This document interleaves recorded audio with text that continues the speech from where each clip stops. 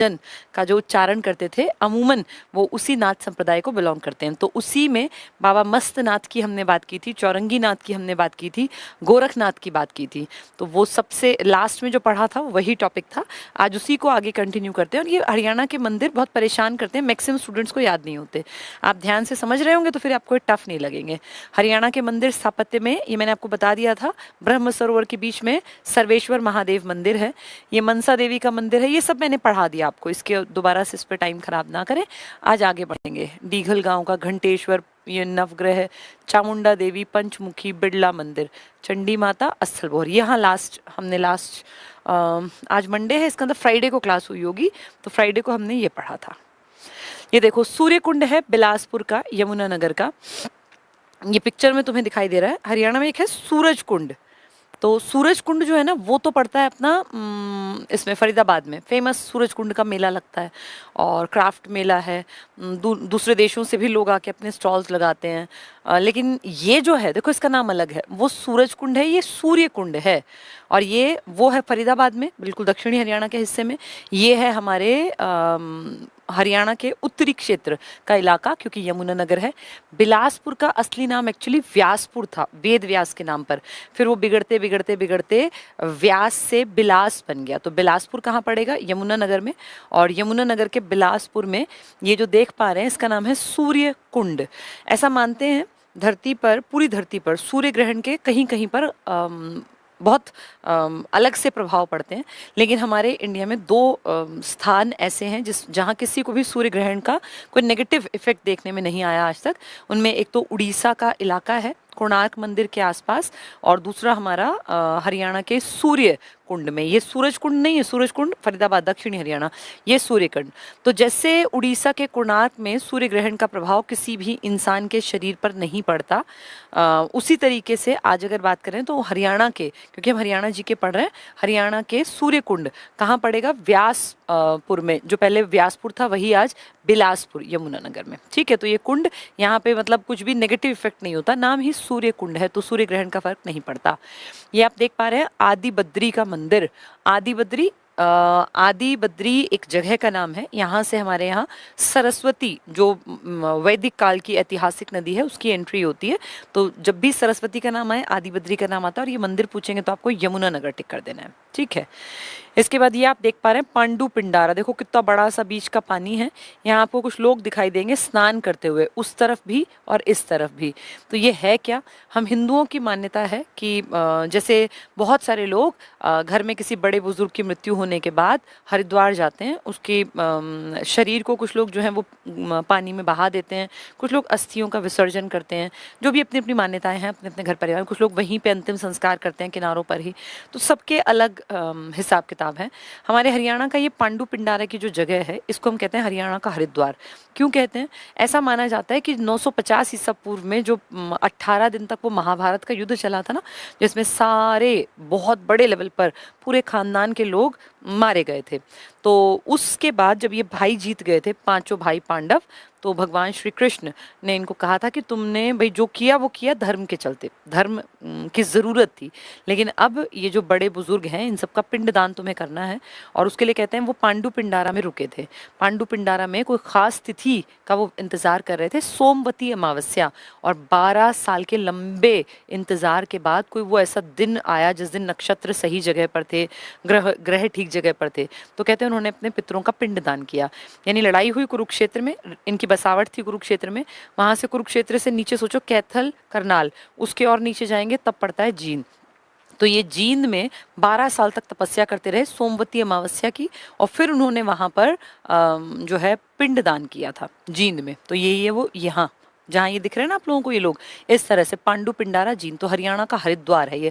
हरिद्वार में ऐसी तो साइट होती है, गंगा बह रही होती है और लोग नहा रहे होते हैं। तो ऐसे ही यहाँ पे बहुत सारे लोग पिंडदान कर रहे होते हैं। पिंडदान बता देती हूँ, जैसे अपने पूर्वज हैं तो उनकी आत्मा की शांति के लिए, जैसे जो भी हमारे कोई पुरखे थे तो उनकी जैसे हम लोग हिंदुओं में अगर माने अपने यहाँ पर तो 15 दिन का आता है ना श्राद्ध का महीना, जिसमें अपने घर के बड़े बुजुर्गों के लिए हम उस दिन चिड़ियों को, कौओं को, पक्षियों को, चींटियों को, बहुत लोग मछलियों को और ब्राह्मणों को इस तरीके से भोजन कराते हैं। तो किसी भी तरीके से गरीब आदमी को आप खिला दीजिए, या किसी ज़रूरतमंद को अगर कोई ना मिले तो, जैसे आजकल आप देखते हैं बहुत जगह कौओं की कमी हो गई है, तो ऐसा ये पुरानी मान्यता थी कि इनके थ्रू उनका पेट भर जाता है पितरों को, तो उनको जल और भोजन ग्रहण करने का अगर वो मिल जाए तो फिर उससे पितरों, तो ऐसे ही यहाँ पर अपने पितरों का पिंड दान करते हैं उनकी आत्मा की शांति के लिए, उनको मोक्ष प्राप्ति हो जाए, दोबारा से मनुष्य के जीवन या किसी भी योनि में उनको वापस ना आना पड़े। तो ये है वो पांडु पिंडारा, हरियाणा के जींद में पड़ता है और इसी को हरियाणा का हरिद्वार कहते हैं। नेक्स्ट देख रहे हो एकलव्य मंदिर। एकलव्य की कहानी आप सबने बचपन में सुनी होगी। एकलव्य एक बहुत ज्यादा काबिल लड़का था, लेकिन ये उसकी किस्मत थी कि वो पैदा हुआ एक निषाद भील परिवार में। भील यानी ट्राइब, आज की डेट में कहें तो ट्राइब। ट्राइब हम सब जानते हैं, जो पुराने ज़माने में मेन लोगों से अलग जंगल में रहा करते थे और अपनी सभ्यता संस्कृति जो उनकी थी उसी को कैरी ऑन करते थे पीढ़ी दर पीढ़ी। वो कभी ये नहीं चाहते थे कि हम बहुत आगे निकले या हम कुछ अलग करें, नहीं, वो अपनी ज़िंदगी से बहुत खुश थे। जहाँ जिस जंगल में है वहाँ वो खुश हैं, वहीं के आसपास नदी से पानी ले आए पीने का, वहीं 2-4 गाय बकरी भेड़ पाल ली, अपना जीवन यापन कर लिया, छोटी मोटी क्यारियों में कुछ पैदा कर लिया, यानी पूरी तरह से प्रकृति से ही सब कुछ लेते थे। वो इंसान लालची नहीं थे।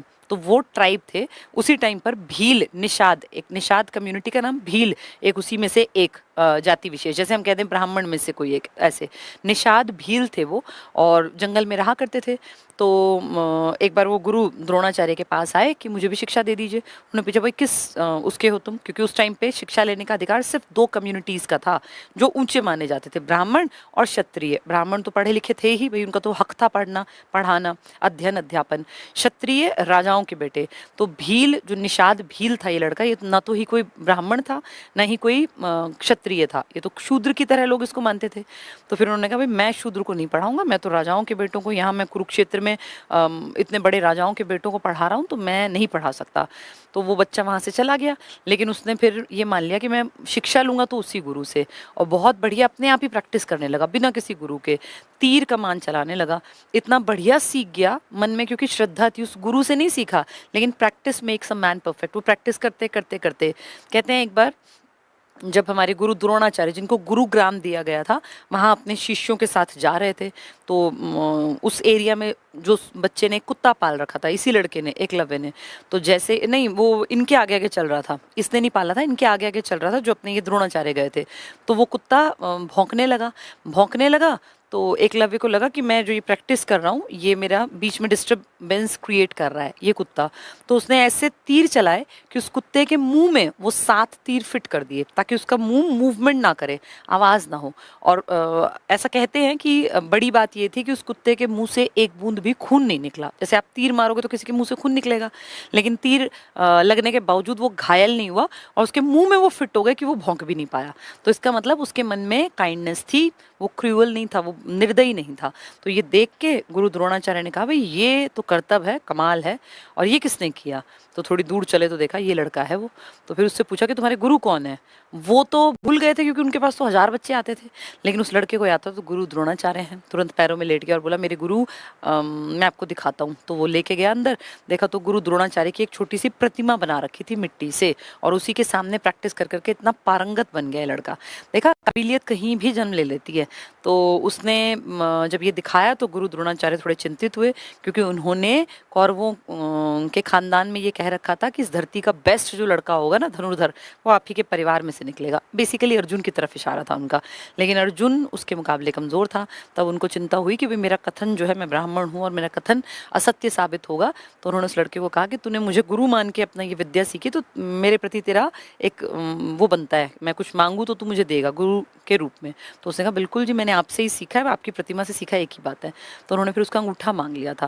कहते हैं आज उसी स्थान पर जहाँ उसने अपना अंगूठा काट दिया था ना, वहीं पर ये मंदिर है, और पूरी धरती पर एक ही है एकलव्य मंदिर। जैसे पूरी धरती पर ब्रह्मा मंदिर भी एक ही है अजमेर में, कहाँ पर, राजस्थान में, ऐसे ही एकलव्य मंदिर हमारे हरियाणा के गुड़गांव में है। एकलव्य मंदिर ये है बेटा मंदिर। मंदिर तो खैर बाद में बना होगा, लेकिन इसके अंदर वही है कि वो बताते हैं, ऐसा मैंने तो खैर देखा नहीं है, कि इसके अंदर वही अंगूठे की शेप में वो बना के पूरा उसकी पूजा की जाती है। भील जनजाति, निषाद भील जनजाति, उनके लिए वो लड़का एक तो ना सम्मान के योग्य। वैसे भी हम भी सुनते हैं, हमें भी अच्छा लगता है।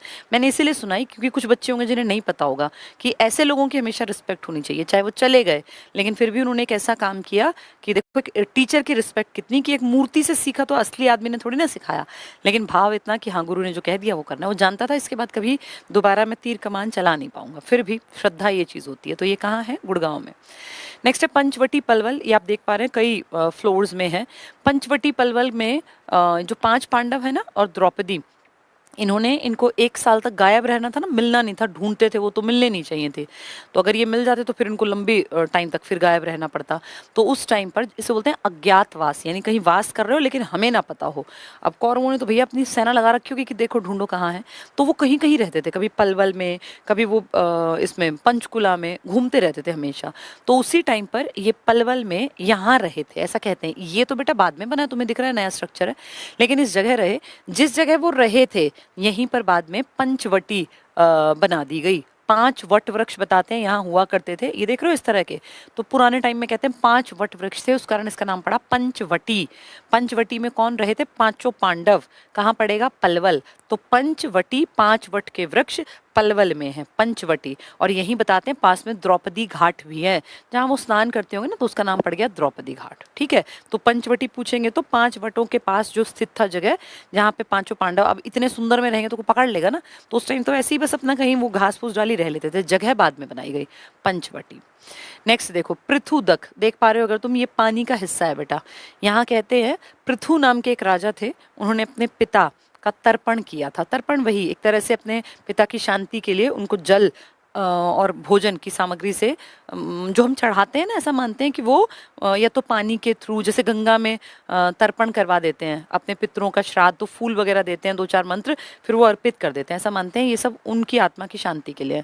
तो ऐसे राजा पृथु ने अपने फादर का तर्पण किया था इस जगह पर पानी में, इसी का नाम पड़ा पृथुदक। इसी को पेहोक लिखा है ना, पेहोवा है ये, इसको ठीक कर लेना, पेहोवा। पिहोवा भी लिख देते हैं, पिहोवा भी, पेहोवा भी लिखा मिले, एक ही बात है। ये कुरुक्षेत्र में है। तो कुरुक्षेत्र में ज्यादातर साइट्स इसलिए हैं क्योंकि कुरुक्षेत्र हमारा तीर्थ राज है। 48 कोस की एक एरिया कवर करता है कुरुक्षेत्र से, लगता है 48 कोस तक का एरिया, इसमें आपको ढेरों तीर्थ मिलेंगे। इसी को कहते हैं तीर्थ राज, बेसिकली कुरुक्षेत्र को। तो यहाँ आपको शिव जी से जुड़े, पांडवों से जुड़े, श्री कृष्ण से जुड़े बहुत सारी चीजें मिल जाएंगी। एंशियंट इंडियन हिस्ट्री में जो चीजें थी ना, उसका भी संबंध इससे है। ये है वो जहाँ पे राजा पृथु, तो पृथुदक, पृथु ने जहाँ अपने पिता का तर्पण किया था वो पृथुदक। कहाँ कहलाएगा ये? कुरुक्षेत्र के पेहोवा में। ये देख रहे हो, देखो ये पानी बह रहा है, तुम्हें दिख रहा है, यहाँ मंदिर टाइप भी दिख रहे हैं तुम्हें, इससे आइडिया लग रहा है कोई रिलीजियस जगह है। इसको बोलते हैं प्राची तीर्थ। हम सब जानते हैं इंडिया में मान्यता है गंगा में नहा के और अपने पाप धुल जाते हैं, ऐसा माना जाता है। लेकिन स्वयं माता गंगा से भी कुछ गलतियां हुई होंगी, ऐसा कहा जाता है कि पुराने टाइम में। अब माँ गंगा से कोई गलती हो गई तो वो किस में स्नान करे कि वो उनका पाप धुल जाए? क्योंकि सब तो माता गंगा में स्नान करके, आज भी कहते हैं ना भैया गंगा मैया में डुबकी लगा लो तो आपके आधे पाप धुल जाते हैं। तो वो कहाँ भाई, उनसे भी गलती हो तो वो कहाँ जाए? तो वो हमारे हरियाणा के यहाँ आई थी। इसका नाम क्या है? प्राची तीर्थ। यानी प्राची तीर्थ एक ऐसी पवित्र जगह है जहाँ स्वयं गंगा ने आके स्नान किया था अपने जो पाप थे उनको धुलने के लिए। कितनी बड़ी बात है बेटा, जहाँ सब गंगा में स्नान करते हैं वो गंगा एक स्त्री के रूप में हरियाणा के प्राची तीर्थ में आई थी, उन्होंने यहाँ स्नान किया था। ये है वो, देखो ये रहा पानी। तो ये प्राची तीर्थ कुरुक्षेत्र का, गंगा ने आके अपने स्नान करके अपने जो पाप, जो गलतियां उनसे हो गई उनको धो लिया था। जब इंसान के रूप में जन्मे होंगे तो कुछ ना कुछ गलतियां तो सबने की होंगी। बाण गंगा तुम्हें दिखाई दे रहा है, ये बीच का स्थान, ये है बेटा इसके आसपास का बाण गंगा। ऐसा माना जाता है कि जब ये 18 दिन का युद्ध चला था तो इसमें स्टार्टिंग में गुरु ये भीष्म पितामह ने इसको जो ये थे ना कौरव, इनको एक चेतावनी दी थी, क्योंकि उनका बहुत अच्छा दोस्त कर्ण था। भाई कर्ण को तो बिल्कुल साथ साथ रखता था दुर्योधन। तो उन्होंने कहा था कि कर्ण अगर युद्ध करेगा तो मैं युद्ध नहीं करूंगा। तो फिर उसको फील हुआ, सबने उसको सलाह दी कि भीष्म पितामह युद्ध में हैं तो सामने वाले ठीक रहेंगे, और अगर तूने इनको हटा दिया तो ये बहुत बड़ी ताकत है। तो फिर इसने कहा कि ठीक है, कर्ण पीछे रहेगा, मतलब कर्ण नहीं लड़ेगा, आप लड़ेंगे। तब ये लड़े थे भीष्म पितामह।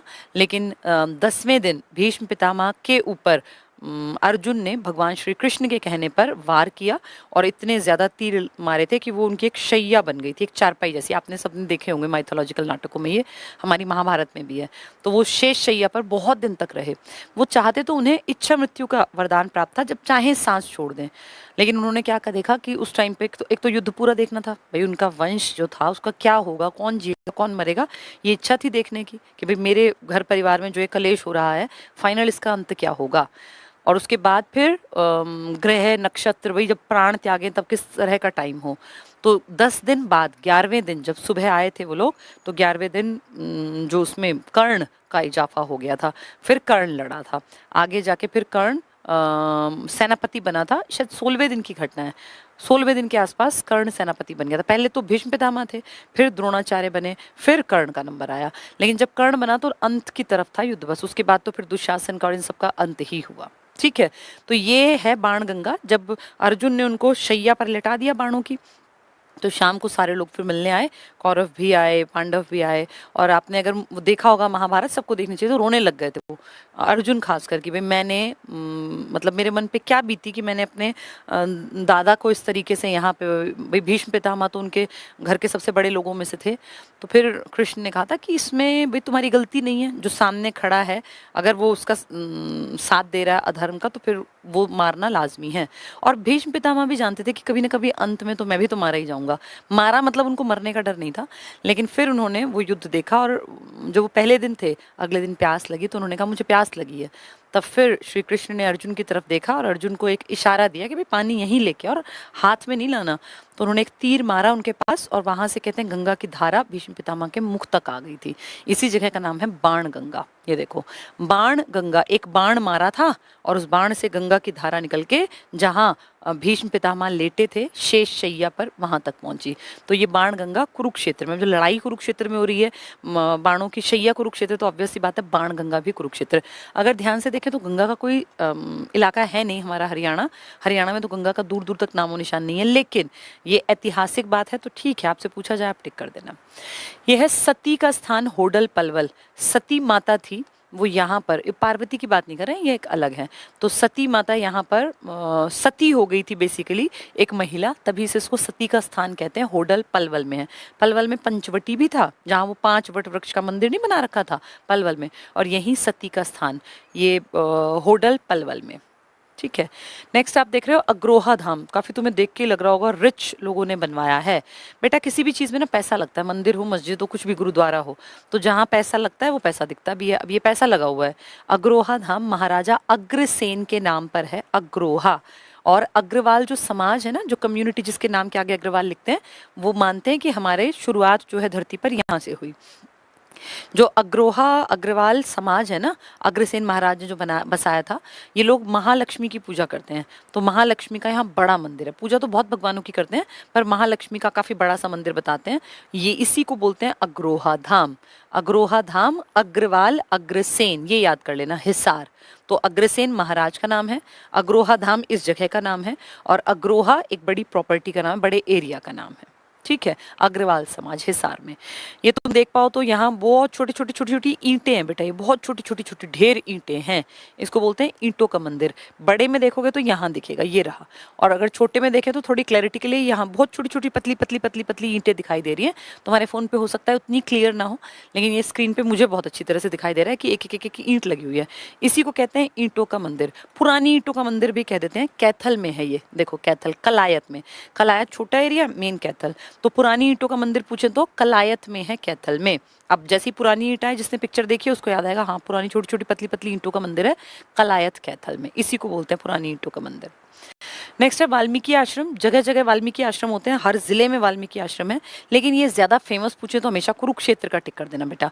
मेन धर्म नगरी कुरुक्षेत्र है ना, तो वाल्मीकि आश्रम आप देख पा रहे हैं, ऋषि वाल्मीकि हैं जिनका इतिहास में बड़ा महत्व है, इनका आश्रम है ये। लगभग हर जिले में वाल्मीकि कम्युनिटी ने अपने वाल्मीकि जी के लिए आश्रम बना रखा है, लेकिन ज्यादा फेमस कुरुक्षेत्र वाला है। दाऊ बलराम जी का मंदिर, बलराम सबको पता होगा, ऊपर ये पिक्चर क्लियर नहीं है लेकिन ये उन्हीं की है। बलराम भगवान श्री कृष्ण के बड़े भाई, और उनको वो दाऊ कहते थे। तो बलराम जो है ना, इनकी शादी हरियाणा में हुई थी। रेवाड़ी के शासक थे, उनकी बेटी थी रेवती, तो रेवाड़ी के शासक ने, रेवत नाम था उनका, उन्होंने अपनी बेटी का नाम रख दिया रेवती, अपने नाम जैसा ही। उनकी शादी हुई दाऊ बलराम यानी कृष्ण, भगवान श्री कृष्ण के बड़े भाई थे वो, उनसे हुई थी रेवती की शादी। तो उनके नाम का मंदिर हमारे यहाँ हरियाणा में भी है। वैसे 3 और मंदिर हैं यूपी में, हरियाणा में इकलौता एक, टोटल 4 मंदिर हैं उनके। तो दाऊ बलराम जी का मंदिर वनचारी, इसको बनचारी भी लिखा है एक आधी किताब ने, बनचारी या वनचारी, पलवल में पड़ता है। तो ये देखो दाऊ बलराम जी का मंदिर है, श्री कृष्ण के बड़े भाई का, ठीक है, वनचारी। ये सर्वेश्वर महादेव तो मैंने तुम्हें पहले पढ़ा रखा है, सर्वेश्वर महादेव मंदिर ये तुम देख पाओगे चारों तरफ। ये अपना ब्रह्म सरोवर है, जिसका जिक्र किताब उल हिंद या कह सकते हैं अलबरूनी की किताब में भी है। साइड में अगर तुम्हें दिख रहा हो रेड रेड रेड, ये बेटा स्टॉल्स हैं, अब यहाँ खूब मेला भरेगा। ये 3600 फीट लंबा है और 1500 फीट चौड़ा है। चबूतरा इसका पूरा पक्का है, बहुत सुंदर देखने में है। इसी को बोलते हैं सर्वेश्वर महादेव। महादेव का मतलब समझ गए ना, शिव जी का है ये मंदिर। इसके बाद अम्बकेश्वर महादेव, देखो शिवलिंग है ये, अम्बकेश्वर महादेव मंदिर कैथल। बहुत सारे लोग ऐसा कहते हैं कि ये स्वयं लिंगी है, इसका मतलब ये जो शिवलिंग मैंने आपको दिखाया ना, ये कहते हैं स्वयं धरती में से निकल आया था अपने आप। तो स्वयं लिंगी अगर पूछे कहाँ है हरियाणा में, तो कलायत कैथल में। और ऐसा भी कहते हैं कुछ लोग कि जब हमारे ऊपर विदेशी आक्रमणकारी आने लग गए थे, तो एक बार किसी ने इस पर लोहे के हथौड़े से प्रहार किया था, तो इसमें से खून की धारा बह निकली थी। तो ये बड़े अचंभे की बात है कि एक चीज़ जो स्वयं भूमि से, जमीन में से निकली हो, उस पर अटैक किया किसी ने, तो उसमें से खून की धारा बह निकलना, इसका मतलब लिविंग कुछ का हमें अंदाजा है कि शायद ऐसा रहा होगा। तो ये बहुत इंपॉर्टेंट है, अम्बकेश्वर महादेव मंदिर। महादेव तो तुम्हें दिख ही रहा है शिवलिंग का, तो अम्बकेश्वर महादेव मंदिर कहाँ है, कैथल में। अभी इससे पिछला कलायत में, देखो इससे भी पिछला था शायद, नहीं पीछे गया, कई सारे पीछे था कलायत, वो भी फेमस था। चलो अम्बकेश्वर महादेव हो गया। गौड़ीय मठ देखो कितना बड़ा बना रखा है, गौड़ीय मठ, ये बेटा हमारे कुरुक्षेत्र में है, वहीं धर्म नगरी में ज़्यादातर हैं। और कौन लोग हैं ये गौड़ीय मठ मैक्सिमम टाइम आप जब भी पढ़ेंगे तो आपको बंगाली साधुओं से संबंधित मिलेगा। तो बंगाली साधु जो हैं गौड़ीय मठ में रहते हैं। वैसे तो बंगाली साधु हैं, लेकिन हमारे हरियाणा में ये कुरुक्षेत्र में है गौड़ीय मठ, ठीक है। देखो कितना बड़ा सा कवर्ड है, पूरा लिखा भी है, श्री व्यास गौड़ीय मठ कुरुक्षेत्र। चलो आज हमने ये काफ़ी सारे मंदिर पढ़ लिए। उम्मीद करती हुई मंदिर, अब तुम्हें पिक्चर देख के ना चीज़ें ज़्यादा क्लियर हो जाती हैं, फिर कहीं भी किसी भी किताब से पढ़ोगे आसान दिखेंगे। सर्वेश्वर महादेव कहाँ है, कुरुक्षेत्र में। अभी हम पढ़ रहे थे जो ये बाण गंगा, ये भी कहाँ है, कुरुक्षेत्र में। तो ये सारी चीज़ें दिमाग में रखनी है कि बाण गंगा में छोटा सा एक ऐसे कवर कर रखा है पानी का एरिया, ऐसा माना जाता है कि वहीं की धार निकल के गंगा की और भीष्म पितामह के मुख तक पहुंची थी। तो ये सारे इंपॉर्टेंट मंदिर है। पंचवटी कहाँ है, पलवल में, फेमस है। क्यों, क्योंकि यहीं पर 5 पांडवों ने वास किया था जब अज्ञातवास में थे, और यहीं पर द्रौपदी घाट भी है, ठीक है। तो सारे इंपॉर्टेंट मंदिर हमने देख लिए। ये बड़ा सा मठ है, बंगाली साधुओं से संबंधित है, हमारे यहाँ गौड़ीय मठ कुरुक्षेत्र में। ये खुद ही लिंग जो है वो खुद ही जो अपना शिवलिंग है ये प्रकट हुआ था, और इस पे वार किया तो इससे अश्रुधारा के रूप में ब्लड निकला था। ये कैथल में है। अम्बकेश्वर, अम्बा के ईश्वर, अम्बकेश्वर महादेव, ये आप देख ही रहे हैं। सर्वेश्वर महादेव मंदिर जो अपने बहुत बड़े इस ब्रह्म सरोवर के पास है। बलराम जी का सिर्फ एक मंदिर है, वनचारी, वनचारी गांव का नाम है हमारे पलवल में, ठीक है। उसके बाद ये वाल्मीकि आश्रम, बहुत हर लगभग जिले ने बनवा रखे हैं, लेकिन फेमस कहाँ का है, कुरुक्षेत्र का, ठीक है। इसके बाद ये पुराना ईंटों का मंदिर, ये मैं कह रही थी कलायत कैथल में, पुराना प्राचीन ईंटों का मंदिर। अब जिसने देख लिया ना उसको दिक्कत नहीं आएगी। कलायत कैथल में ही नवग्रह कुंड की काशी भी है, जहाँ इन लोगों ने अपने ग्रहों को शांत करने के लिए, ये काफी बढ़िया सा दिख रहा है, पैसा लगा हुआ है। अग्रोहा धाम, महाराजा अग्रसेन अग्रवाल समाज, महालक्ष्मी की पूजा, सती का स्थान यहीं पे, दादी सती हो गई थी और यहाँ मेला लगता है। ये आपको दिख ही रहा है बाण गंगा, छोटा एरिया कवर है, यहीं से मानते हैं गंगा की धार अपने भीष्म पितामह के मुख तक। ये क्या है, प्राची तीर्थ, यहाँ आके किसने अपने पाप नष्ट किए थे, गंगा मैया ने। गंगा जिसमें सब स्नान करते हैं, वो अपने पाप धोने के लिए हमारे हरियाणा के प्राची तीर्थ में आई थी, कुरुक्षेत्र में। उसके बाद ये हम दिख ही रहा है हम लोगों को, पृथुदक है, यहाँ अपने पिता का, पृथु नाम के राजा ने अपने पिता का तर्पण, यानी उनको एक तरह से गंगा ये इस इलाके से जल उठा के और उन तक पहुंचाया था कुरुक्षेत्र में। 5 वटों के पास बना हुआ पंचवटी यही रहा करते थे अज्ञातवास में, पलवल में। ये मंदिर तो एक छोटा ही है लेकिन है फेमस, एकलव्य मंदिर। कहाँ का था एकलव्य, एक बहुत बढ़िया शिष्य इसका गुड़गांव का, तो एकलव्य मंदिर गुड़गांव। इसके बाद ये यहाँ हरिद्वार जैसा सीन लग रहा है, ये बाण गंगा, ये क्या नाम है इसका, पांडु पिंडारा, जहाँ पे सब लोग अपने पूर्वजों का उनकी आत्मा की शांति के लिए पिंड दान करते हैं, जींद में। छोटा सा मंदिर दिख रहा है लेकिन बहुत पुराने टाइम का इंपॉर्टेंट मंदिर है। आदि बद्री, यहीं से हमारी ऐतिहासिक फेमस रिवर सरस्वती एंटर करती है यमुनानगर में। और ये आपको दिख रहा है सूर्य कुंड है, देखो सूर्य कुंड, ऐसा मानते हैं कि यहाँ जो है सूर्य ग्रहण का कोई प्रभाव नहीं पड़ता, सिर्फ यहाँ और एक अपने इसमें उड़ीसा वाले कोणार्क में। अस्थल बोहर हमने लास्ट क्लास में पढ़ाई था, अस्थल बोहर कनफटे साधु है। अब देखो धीरे धीरे याद हो जाते हैं।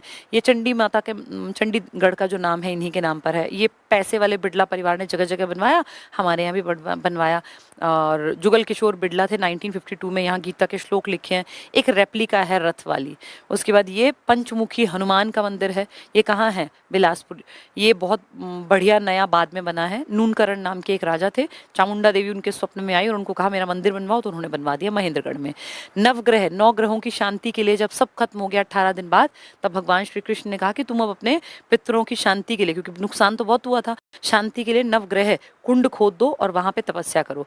तो ये कैथल में कलेश सारा हुआ था कुरुक्षेत्र में, फिर ये कैथल में खोदे गए थे, इसीलिए नवग्रह कुंड की काशी हम इसको कहते हैं, कैथल को।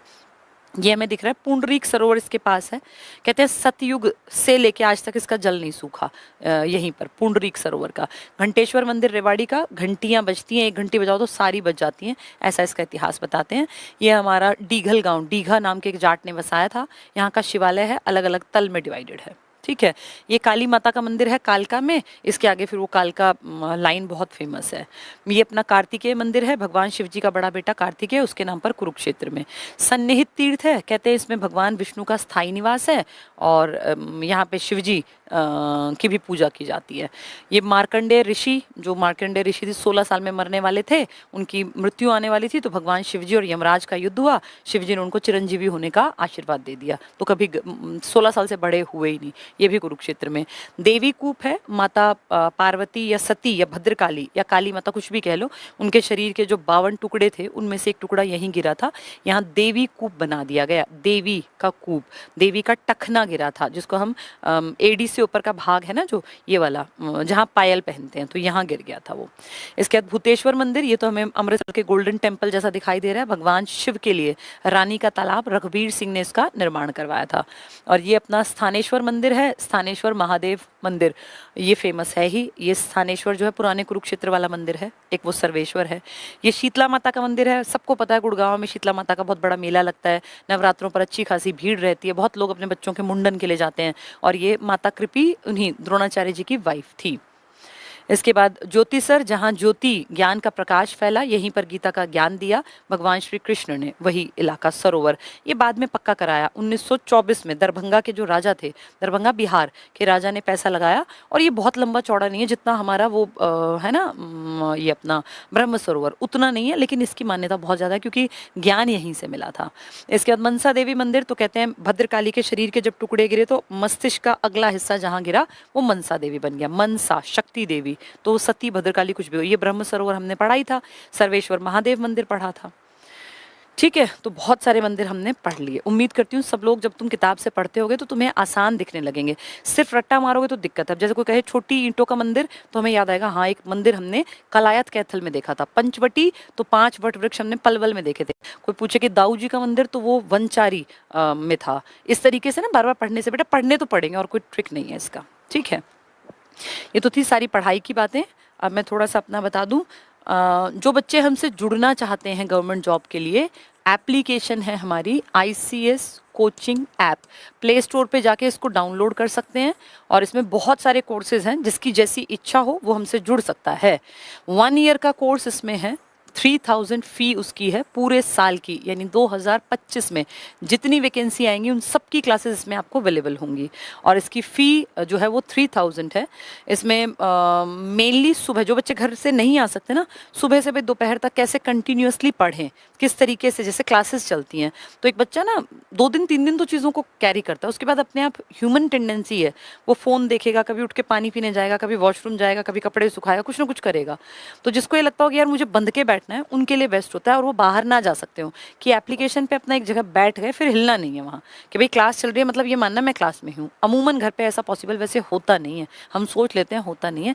इसलिए हम पर्सनली ये कहते हैं कोचिंग सेंटर में जाके पढ़ना थोड़ा सा बेहतर है बजाय एप्लीकेशन के। पर मजबूरियाँ भी बहुत सारी होती हैं। जैसे आज ही एक बेटी आई हुई थी, उसका सिलेक्शन हो गया था, तो उसके हस्बैंड ने बताया कि उसके जो पिताजी हैं हस्बैंड के, यानी उसके फादर इन लॉ जो लड़की लग गई थी, उनको कैंसर था। तो अब ऐसे लोगों के लिए रोज़ निकल के आना बड़ा मुश्किल होता है। कैंसर पेशेंट को तो हर टाइम एक आदमी चाहिए ना। तो इसीलिए फिर उसने, पहले वो आती थी जब ठीक ठाक थे, जब बीमार हो गए तो फिर उसने एप्लीकेशन से पढ़ाई की और फाइनली ग्रुप C में उसका सिलेक्शन हो गया। और बता रही थी कि मेवात कैडर में भी उसके 77 नंबर हैं, उसमें भी होने की पूरी पूरी उम्मीद है। हाँ, शेड्यूल कास्ट कैटेगरी में फर्स्ट रैंक था उस लड़की का। तो देखो बेटा, मेहनत तो करनी पड़ती है। मेहनत करके वो लड़की कहाँ से कहाँ पहुँच गई। पर क्योंकि वो रेगुलर पढ़ी थी ना, फिर उसको एप्लीकेशन से जुड़ने में दिक्कत नहीं आई। ठीक है, मैं आपको नंबर दे देती हूँ। कोई भी चीज़ आप जानना चाहें तो कुछ नंबर्स हैं, इन पे कॉल कर सकते हैं। नंबर है हमारा 98 1200 96 96, 90 5300 6800, 705 626 0000। इन नंबर्स पे आप कॉल कर सकते हैं, ये आपको पूरी जानकारी दे देंगे। पढ़ाई तो बेटा हर एक को करनी पड़ेगी। हमारे इस एप्लीकेशन पे अलग अलग बैचेस भी अवेलेबल हैं, जिसको कोई भी बैच में लेने में इंटरेस्ट हो। अलग अलग, जैसे CET का क्रैश कोर्स का बैच है, इस टाइम पे मेरा जो चल रहा है एंशिएंट इंडियन हिस्ट्री का वो बैच है। तो अगर जिसका इंटरेस्ट हो सिर्फ एक आधी चीज़ स्पेसिफिक पढ़ने का, तो वो भी अवेलेबल है। हाँ, बेहतर होता है 1 साल में जुड़ जाना, क्योंकि साल भर तो लगेगा ही, सिलेबस बहुत ज़्यादा है। ठीक है, चलिए, बाकी हमारी ब्रांचेस भी अपने अपने नंबर लिखती रहती हैं। जिसके जहाँ से भी क्लास देख रहे हो, आपके आसपास हमारी ब्रांच ज़रूर मिलेगी। 2 दिन की डेमो क्लास कोई भी कहीं भी जाकर ले सकता है, उसका कोई चार्ज भी नहीं होता। किसी भी कोचिंग सेंटर पर जाकर, ICS की किसी भी ब्रांच पर मंडे ट्यूसडे 2 दिन जाकर आप पढ़ सकते हैं। उसका कोई पेमेंट नहीं देना। जाके पढ़ेंगे तो आप डिफरेंस फील कर लेंगे। जैसे 2 दिन जाके पढ़िए, उसके बाद एप्लीकेशन पे पढ़िए, डिफरेंस आपको समझ में आएगा कि कोचिंग सेंटर फार बेटर होती है, क्योंकि वहाँ एक ना एनवायरनमेंट होता है पढ़ने का। जब हम घर पे पढ़ते हैं तो कहीं ना कहीं बीच में कुछ ना कुछ इस तरह की दिक्कतें आती ही आती हैं। चलो बेटा, आज के लिए इतना ही। Thank you, good night. पढ़ते रहो, क्योंकि बहुत जल्दी ही पेपर जब आएंगे ना, फिर एकदम से आएंगे। अब जनवरी फरवरी में ढेर पेपर आएंगे। 9 बजे मेरी क्लास होगी एंशिएंट हिस्ट्री का, जो चैप्टर हमने शुरू किया था गुप्ता डायनेस्टी का, वो आज से किताबों से, क्योंकि हमने कहानियाँ सारी सुन ली, उसको प्रॉपर तरीके से पढ़ना शुरू करेंगे। चलिए, thank you, good night. 1 year के 16,000 मांग रहे हैं बेटा, कोई नहीं मांग रहा। कौन सी ब्रांच पे गई थी तुम? 1 साल की फी है 10,000 रुपए पूरे साल की। एप्लीकेशन पे 3000। वैसे रेगुलर जाके पढ़ोगे तो, क्योंकि वहाँ सेंटर्स का भी खर्चा होता है, उन्हें भी टीम मेंटेन करनी पड़ती है। भाई बिजली पानी हर किसी को, किराया भी देना पड़ता है, स्टाफ भी मेंटेन करना पड़ता है। वैसे देखा जाए तो वो भी भारी नहीं है बेटा। 1 महीने किसी छोटे दूसरी तीसरी के बच्चे को पढ़ने भेजो, कुछ भी नहीं पढ़ाते हैं ना बराबर, तब भी उसके 1000-1500 रुपये देने पड़ते हैं। ये तो बहुत ही कम पड़ता है। इसमें आपको 5-6 घंटे डेली की पढ़ाई, और वो भी अच्छे लेवल पे, कि भाई इतनी चीज़ें तो तुम्हें सीखनी ही सीखनी है। ठीक है, थैंक यू, गुड नाइट बेटा। PDF फाइल से क्वेश्चंस करवा दिया करो बेटा। ये मेरा पर्सनल ये मानना है कि पहले चीज़ को सीखना चाहिए, फिर उसको फाइल और इस तरह के क्वेश्चन पेपर्स से करना चाहिए। मैं खुद भी पढ़ती थी, तो पहले मैं कॉन्सेप्ट पढ़ती थी, कॉन्सेप्ट समझ लिया। अब जैसे पीडीएफ फाइल पे लिख दूँ ये मंदिर कहाँ है, फिर उसके बारे में बताऊँ, तो वो चीज़ क्लियर ही नहीं होगी। यहाँ पिक्चर्स दिखा दी, अब तुम उसको अपनी किसी भी किताब से करके देखना। मैं पर्सनली अगर पढ़ती तो मैं ऐसे ही पढ़ती, मैं पहले भी ऐसे ही पढ़ती, कॉन्सेप्ट समझा फिर क्वेश्चंस किए। डायरेक्ट क्वेश्चन से क्या है, आपको लगता है कि बहुत अच्छी तैयारी होती है, एक्चुअल में टीचर्स जानते हैं ये दिल से कि तैयारी वैसे नहीं होती। तैयारी होती है कॉन्सेप्ट पे काम करने से। पहले हर बच्चे को कॉन्सेप्ट ढंग से समझना चाहिए, उसके बाद उस टॉपिक के क्वेश्चंस करने चाहिए। डायरेक्ट क्वेश्चन से आपको ऐसा फील होगा कि हाँ मुझे ये भी आ गया, फाइनली आपके दिमाग में उस खिचड़ी इतनी ज़्यादा मिक्सअप हो जाएगी कि जब ज़रूरत पड़ेगी ना तब आपको याद नहीं आएगा। क्योंकि जब तक आप चीज़ को क्लियर नहीं करेंगे तो एग्जाम में बेटा असलियत एग्जाम में नज़र आती है कि हमने कितना पढ़ा था, उसका फ़ायदा कितना मिला। ठीक है, चलो, थैंक यू बेटा।